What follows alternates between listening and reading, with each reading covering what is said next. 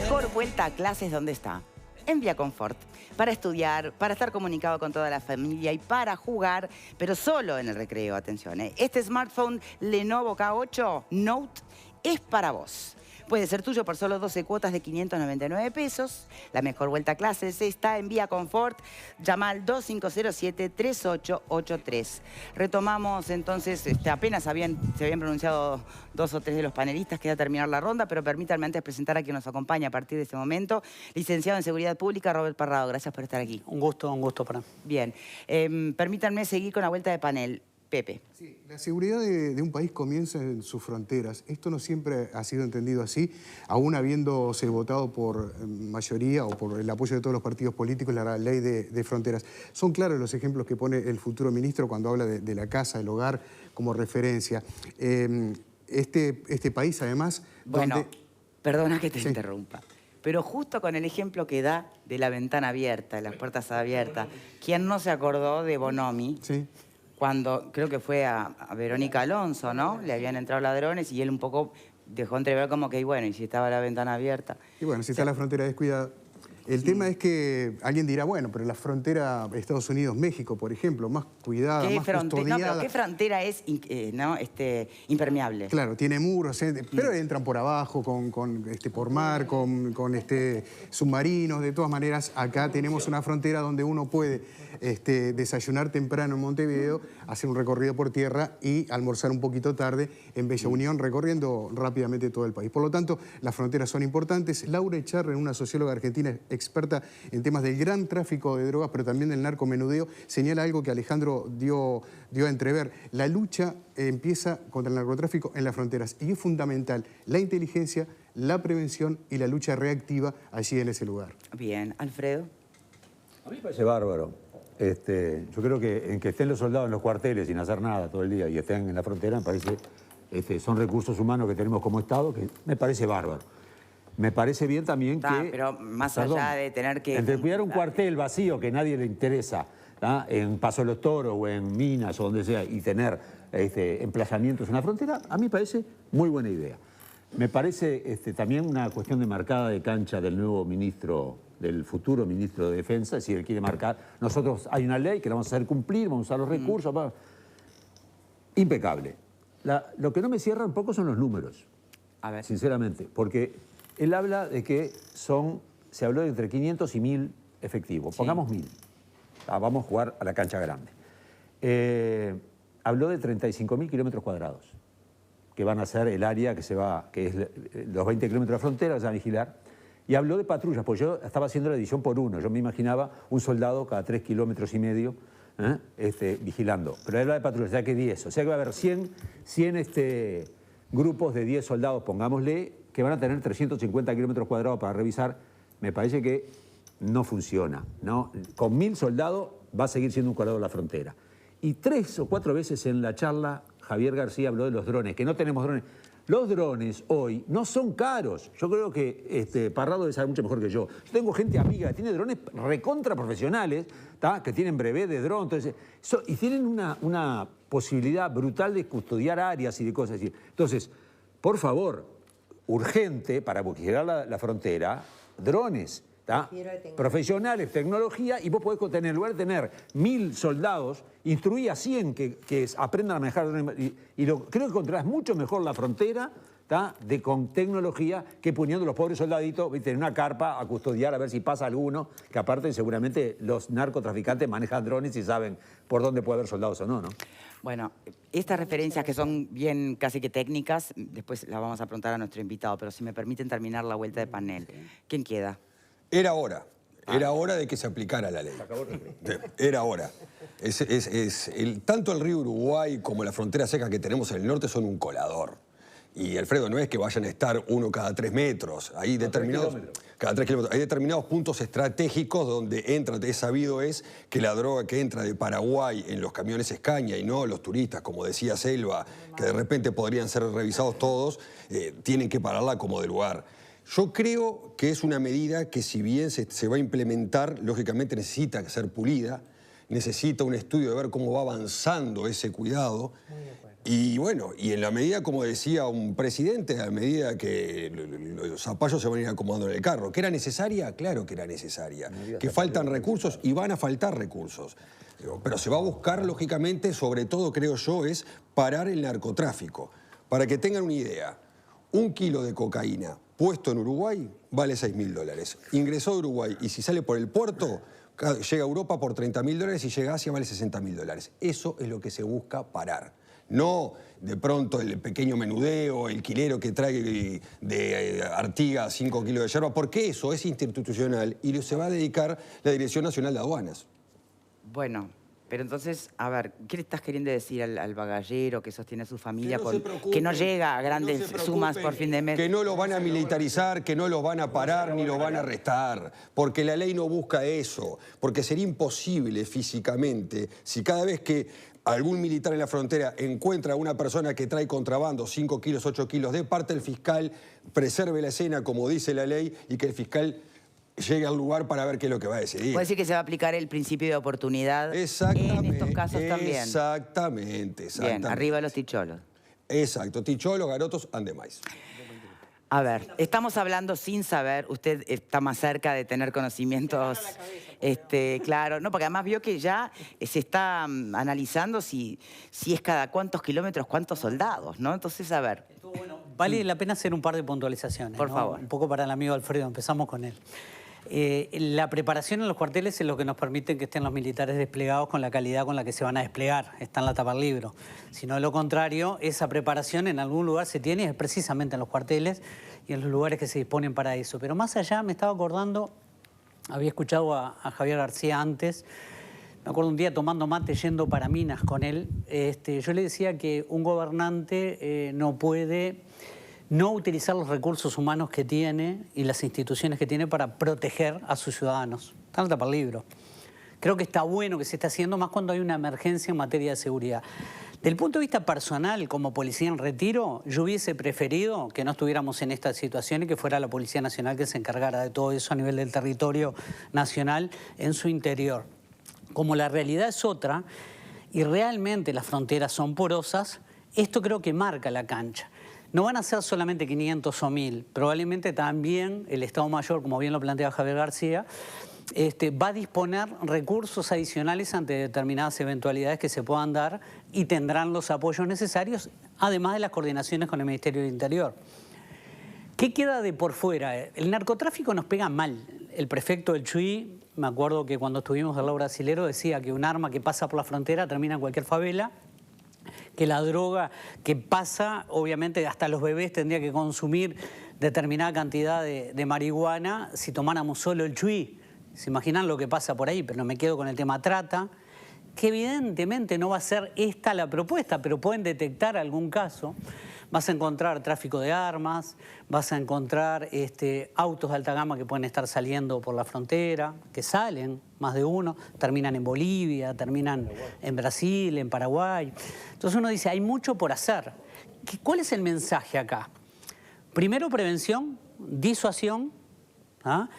Y ya no es una fuerza como la que estamos acostumbrados a ver. Es como la republicana. Cuando la ves, sabés que va a funcionar con intensidad. Bueno, y ahí, eso es lo importante. Pero ahí no hay manera de no remitirse al famoso protocolo que todavía está sujeto a la LUC, a lo que plantea sobre la legítima defensa presunta, ¿no? Y ahí obligado profesionalmente uno lo tiene que plantear, ¿no? Y yo creo que Javier García y todo el equipo, uno los conoce y sabe que lo están trabajando, lo que se necesita es una normativa intensa de protección para esos servidores públicos que van a tener que actuar con reglas que hoy están establecidas. Por ejemplo, una pregunta le hacían a Javier. Para tratar de bajar a tierra la situación. Sí. Pensemos en la ley de derribo, ¿no? Sí. Bien, que algunos están muy en contra porque es una pena de muerte, si se quiere, ¿no? Sí. Porque no hay forma de darle en la rodilla al que está piloteando la avioneta. O sea, seguro se cae, la avioneta se muere. Bien. ¿Cómo se traduciría esto en tierra? ¿No? No te hacen caso. La voz de alto no se respeta. Hay una persecución. ¿Cómo se espera que pueda actuar? Bueno, ahí uno esta apela fuerza? a la profesionalidad de nuestras Fuerzas Armadas, sin duda, porque el nivel de gente que va a estar seguramente tenga mucha vinculación con aquellos que tienen la experiencia de las misiones de paz. Sin duda. Creo que el primer contingente va a ser gente que ya tuvo esa experiencia en lugares complejos. Luego va a haber un proceso de formación. Quiero creer además que las Fuerzas Armadas ya tienen en carpeta y deben haber procesado esto que desde que se promulgó la ley hasta ahora, y deben tener ya gente con una formación adicional preparándose para esto. No, y tomo las palabras del actual subsecretario del Interior saliente, que es una demostración de por qué tenemos este problema, porque él dice, bueno, bajamos la guardia y vale para este análisis que hacía con el tema del narcotráfico, y quizás no pensamos que podía haber laboratorios en Uruguay. Eso en las Fuerzas Armadas y en servicios serios no pasa, porque vos vas hacia adelante y preparás el escenario futuro de algo que puede llegar a pasar. Y lo tenés en carpeta y tenés recursos preparados para eso. Yo creo que con el narcotráfico nos quedamos en lo chiquito, con vaivenes, y creo que este es un mensaje. El micronarcotráfico en algún momento fue lo que había que atacar. Después nos plantearon que había que atacar el macronarcotráfico, ahí entrarían las fronteras. Pero se fue de un lado al otro, y creo que de alguna manera vos tenés que tener en un estado chiquito, con recursos finitos como es Uruguay, optimizar lo que tiene. Entonces ahí tenés las Fuerzas Armadas, Río Uruguay, toda nuestra frontera. Vamos a tener que pensar seriamente el rol de la policía, porque acá nos quedamos con que va a estar las Fuerzas Armadas en la ruta, va a estar la Dirección Nacional de Policía Caminera. Va a estar un policía que esté trasladando en una camioneta a alguien en un juzgado. Y esos son apoyos que se van a coordinar, sin duda. Una pregunta, en caso de vigiato, en esos 20 kilómetros, ¿quién actúa? ¿La policía o las Fuerzas Armadas? Dentro de esos 20 kilómetros, el militar tiene toda la libertad para actuar, y la policía... Ante cualquier delito. Están O sea, para la potestad proteger de nuestras que el fronteras y militar protegernos vaya a nosotros, ¿no? Ahí, si la policía lo ve, va a actuar. No va a decir, acá están los militares. Pues si no, lo contrario, le estás dando una potestad a los militares y le estás restando a la policía. No, en este caso creo que se complementa. Y Alejandro dijo algo que me pareció muy interesante cuando lo tiraste ahí, creo que no sé si habrá salido muy al aire cuando dijiste corrupción. Este tipo de estructuras... Sí, pero pará, déjame poner en contexto lo que dijo, recuperar la esencia. Las fronteras son porosas. O porque tienen espacios sin guardia, o por falta de personal, recursos, y por corrupción. O corrupción, que está presente donde Podés se te tener todo ocurra, el en mayor equipo o de menor seguridad medida. puesto ahí, y si ¿Qué hay ventaja tiene corrupción? esto? Más controles. Porque son controles que se dan en forma aleatoria y que de alguna forma se cruzan y le marca la cancha a otros actores. Y ahí automáticamente cualquiera de los funcionarios públicos va a tener una mirada diferencial. Hoy hablabas del tema de la oportunidad. Todos sabemos, pasás por la frontera en el Chuy y depende de tu cara si paran el auto o no, si abrís la valija o no, y si lo que llevás es relevante o no. Desde cerveza a la funda de Coca-Cola. ¿Cómo explica un funcionario aduanero que de pronto los militares lo paran a 10 kilómetros de la aduana con un cargamento de 2.000 kilos de cocaína? Claro. Y dice, ¿y usted cómo pasó por la aduana? Y ahí vas a tener la ruta. Te van a decir por dónde vino, cómo Pasé vino, por este dónde lado. pasó, ¿Y qué qué horario funcionario era. lo atendió? ¿Y cómo hizo para pasar esto sin Van a estar revisión? las cámaras. Estoy de acuerdo con el tema de los drones, tenés que tener, con la ley de derribo, y bueno, es prevención y disuasión. El que va a entrar sabe que hay un riesgo extra. Después analizaremos el impacto que tiene eso. Sí, ¿se sabe cuánto en tiempo es el recorrido que tiene una avioneta, por ejemplo, en ser detectada y alertada en el contexto de una ley de derribo? Lo que pasa es que ahí tenés que ver dónde están apostadas las unidades, que eso es algo que Defensa seguramente lo está trabajando o lo va a trabajar intensamente, porque vos tenés que tener una respuesta que sea más o menos rápida, porque si no lo acompañaste hasta que sale por Argentina o se va hacia Brasil. ¿Tenemos radares? Tenemos dificultades con los radares. Hay radares móviles y radares en determinada parte del territorio. Pero los radares no están hechos solamente para detectar a si es bajo el vuelo, claro, en realidad los radares están hechos para colaborar con los aviones que quieren ser detectados. A mí me pasó de viajar a Durazno a dar una charla para la Fuerza Aérea, y me acuerdo que con el piloto que iba en un avión de pequeño porte, él te decía que en determinado momento era a radio, le informaba que iba a haber a tal altura, por debajo de él o por encima de él, un avión, y se transformaba en algo más visual, donde vos que ibas, entre comillas, como copiloto, hablando con él, también ibas mirando, porque era como una alerta extra, porque está mirando y viendo, y dice, mira, aquel es el que nos informaron, y pasó por allá abajo o pasó por allá arriba. Y lo dice bien García, yo creo que ahí hay algo muy honesto. El vaso medio lleno estamos usando. Lo que hay se va a usar de la mejor manera. Y bueno, creo que de alguna manera eso va a impactar positivamente, creo que hay que valorarlo. ¿Me permiten preguntarle al panel algo concreto? Porque es parte de una discusión en la que está la interna del Partido Nacional. ¿Quién debe tener la voz, el control final? ¿Quién da la orden de derribo? ¿Presidente o ministro de Defensa? Para mí debe ser profesional. Lo ha dicho la calle Pou. Lo ha dicho la calle Pou, sí. Que él se va a encargar. La última voz la tiene el presidente. Después de comprobar, obviamente, la situación con su ministro de Defensa. Claro. Algunos entienden que en realidad una forma de proteger a la presidencia de eventuales decisiones equivocadas puede ser, bueno, no sería la primera vez que un ministro es un fusible, ¿no? Claro.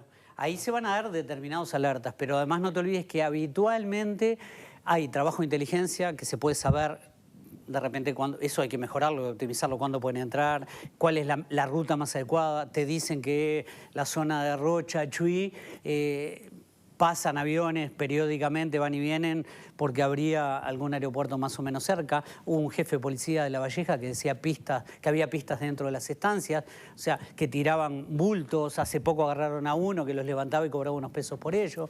Esas son las cosas que hay que ahora mejorar. Hablaban del servicio de Álvaro Garcés, va a ser una puesta a punto de toda la información e insumos para las estructuras para mejorarlo. García hablaba del Estado Mayor, que no es menor, porque ahí cuando ustedes hablaban de varias fuerzas, en realidad en un puesto de control van a ser todos del Ejército. En otro habrá de la Fuerza Aérea, lo mismo que el aeropuerto con la Fuerza Aérea o la prefectura en el río Uruguay. Son pequeñas cosas que escapan a veces a la media, pero que ya están resueltas. O sea, que no genera grandes conflictos y lo que hay una coordinación. Va a tener que haber una coordinación muy fuerte, pero muy fuerte con el Ministerio del Interior, sin duda. Porque la tarea de campo, la tarea de inteligencia no es solo militar, sino que tiene que haber un trabajo muy serio por parte del Ministerio del Interior para todos esos temas trascendentes. Puede ir en un auto una persona que la están sacando de acá y pasa por el puente de Río Branco tranquilamente y tienen que pararlo. Un presidente que está metido en los 200.000 asuntos de gobierno, a algunos se le ha pasado hasta la lectura de algún expediente, vamos a creer que fue así, sí. Para decidir que se... Yo te doy mi opinión termina personal la y vida de profesional. alguien, ¿no? Como vemos Yo en creo las que debe películas, ser... que tenés al presidente con todo, teléfono, con el jefe bueno, teléfono rojo. Sí, no sé, no me con la imagino, mega pantalla, dando yo la creo que hay orden. en Uruguay, con los elementos que Por tenemos, eso. a Está alguien bien, en un está bien, al asado lugar la decidiendo pregunta. que le termina la vida a otra persona, ¿no? Porque estamos conociendo hablando al de presidente electo, yo creo que en realidad lo que busca es asumir la responsabilidad, ser honesto en eso de vamos a hacer esto y yo estoy atrás, creo que eso es muy valioso. Igualmente a mí, a título personal y profesional, yo creo que deben ser decisiones profesionales. ¿Por qué? Porque digo, de alguna manera es el que lo está viendo, el que está viendo si hay algún nivel... Es como un policía cuando está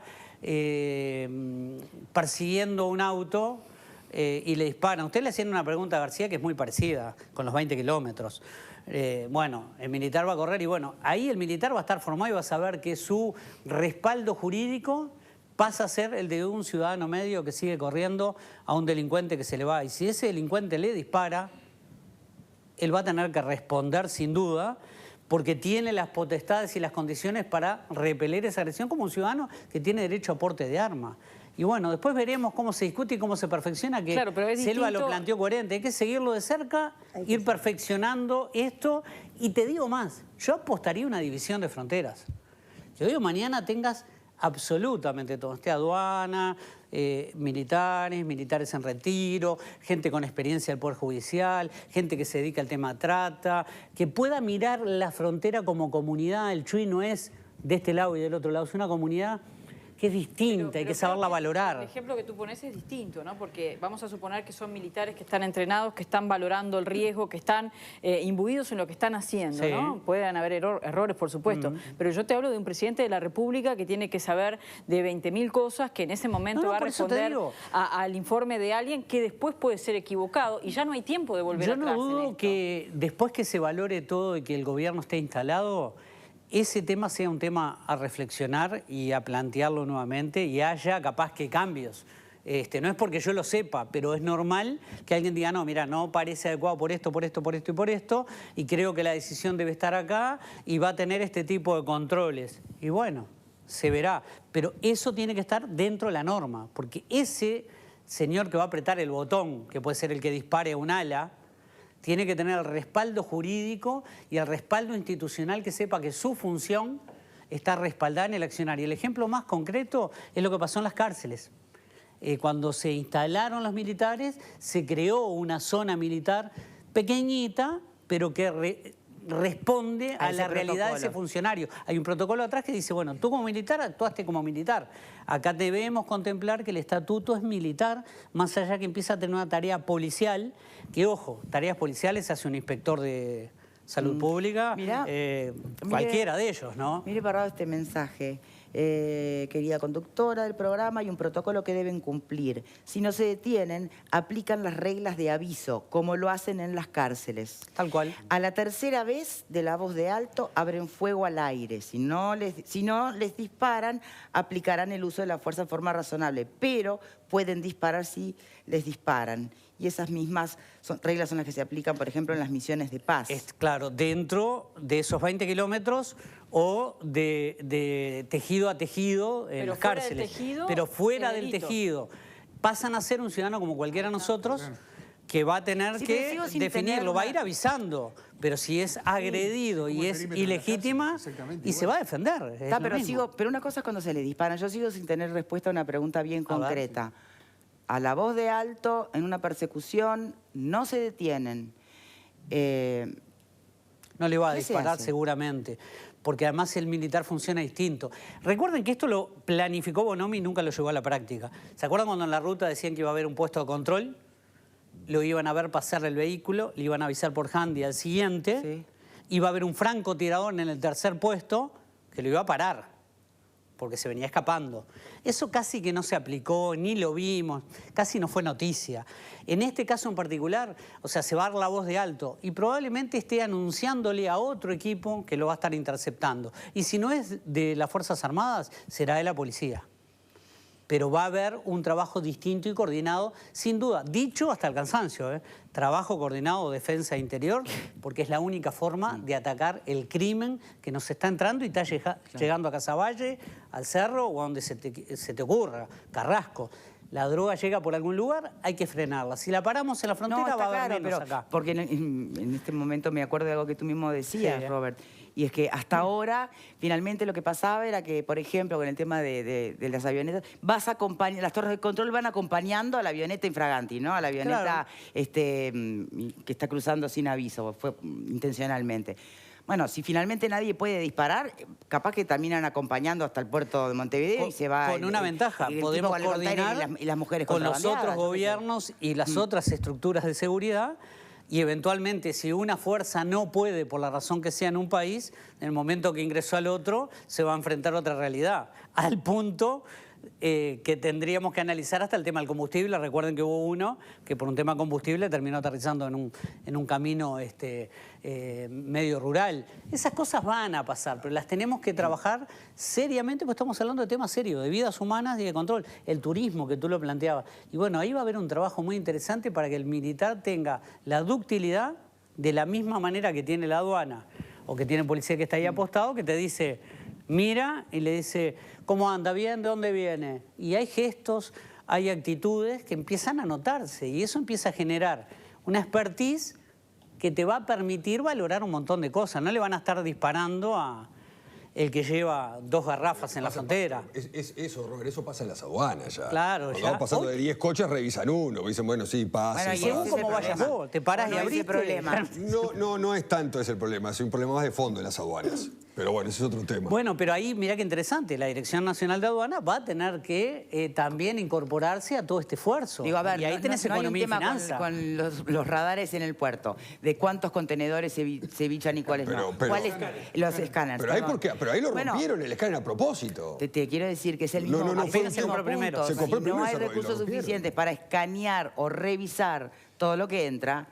Lo que pasa es que, como decía Robert y hablábamos hoy, va a haber un doble control y una transmisión de responsabilidad de aduanas al ejército y del ejército a aduanas. Y además se expone el que esté. ¿Cómo el que se explicás que corrompa, se entró expone. cuando yo lo paré y le encontré tal cosa? Sí. ¿Verdad? O sea, Un tema que hay es un importante. doble contralor. Yo creo que el tema de corrupción es que se planteó levemente, hay que tenerlo en cuenta. Sí. Me acuerdo que una vez Fernández Huidobro comentó que el presidente de México le dijo: hagan lo que quieran, pero no pongan a militares a combatir el narcotráfico. Porque hoy lo que tenemos en México es profesionales de la guerra que están del otro lado y es imposible de combatirlos. Entonces, ojo al gol, porque me parece que hay una cierta mística en el sentido de que vienen los militares y se acaba, la corrupción se acaba de las aduanas o los policías o los funcionarios, se acaba porque están los militares, ¿no? Porque también los militares son factibles de corromperse. Entonces, ojo al gol, ¿no? Yo creo que esa visión puede ser lírica de que ahora con los militares se acaba, ¿se va a controlar todo bien? No sabemos. ¿Vos decís que no se acaba el recreo? Yo creo que... Bueno, Manini nunca estuvo de acuerdo con que el ejército tuviera rol policial, ¿no? No, bueno, según la propuesta de Larrañaga. Claro. Pero otra cosa es en la frontera. Esto es el militar cumpliendo tareas militares unanimidad, con una misión distinta.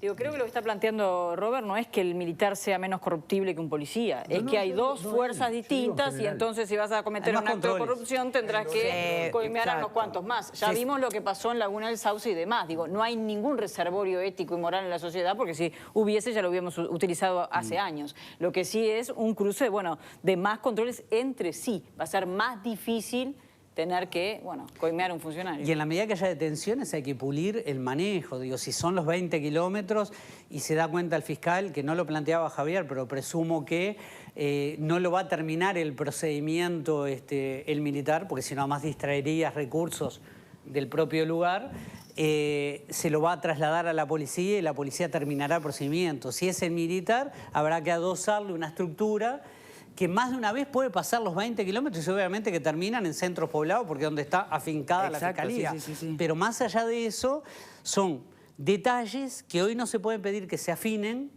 más allá que se va a implantar inmediatamente, pero que nos obliga a estar a todos como sociedad muy atentos y aportar todo lo que creamos importante para que nos vaya mejor. Y a mirar el medio vaso lleno, ¿no? Es que es lo que tenés, porque lo demás no está, entonces es como jugar a la nada. Me hace acordar a la historia sin fin, no la vacuidad. Bien, Parrado, muchísimas gracias por habernos placer acompañado. haber compartido Y con ustedes, como efectivamente, habrá que ver cómo se empieza a implementar esto, cómo se empieza a conectar y vincular y relacionar con, obviamente no sería ningún problema en los espacios de solo tierra y sin gente, pero en el contacto con la gente, sobre todo con todo este tema que tiene la sociedad uruguaya, que se vincula a nuestra historia y que ha generado tanta polémica siempre en el relacionamiento Te lo cierro con una el frase, cuerpo ¿no? militar. Antón Pirulero, cada cual que haga su juego y en lo posible vamos a coordinarlo. Bien. A los Antones Piruleros que escucharon este mensaje. Yo prefiero quedarme con un mensaje que va para todos, más allá de los Antones. Bueno, se va a trabajar para Sin cambiar duda. la realidad. Ya se está trabajando y se nota. Bien. Por lo menos en el discurso está a la Pausa vista. y ya venimos. Muchas gracias. A ustedes.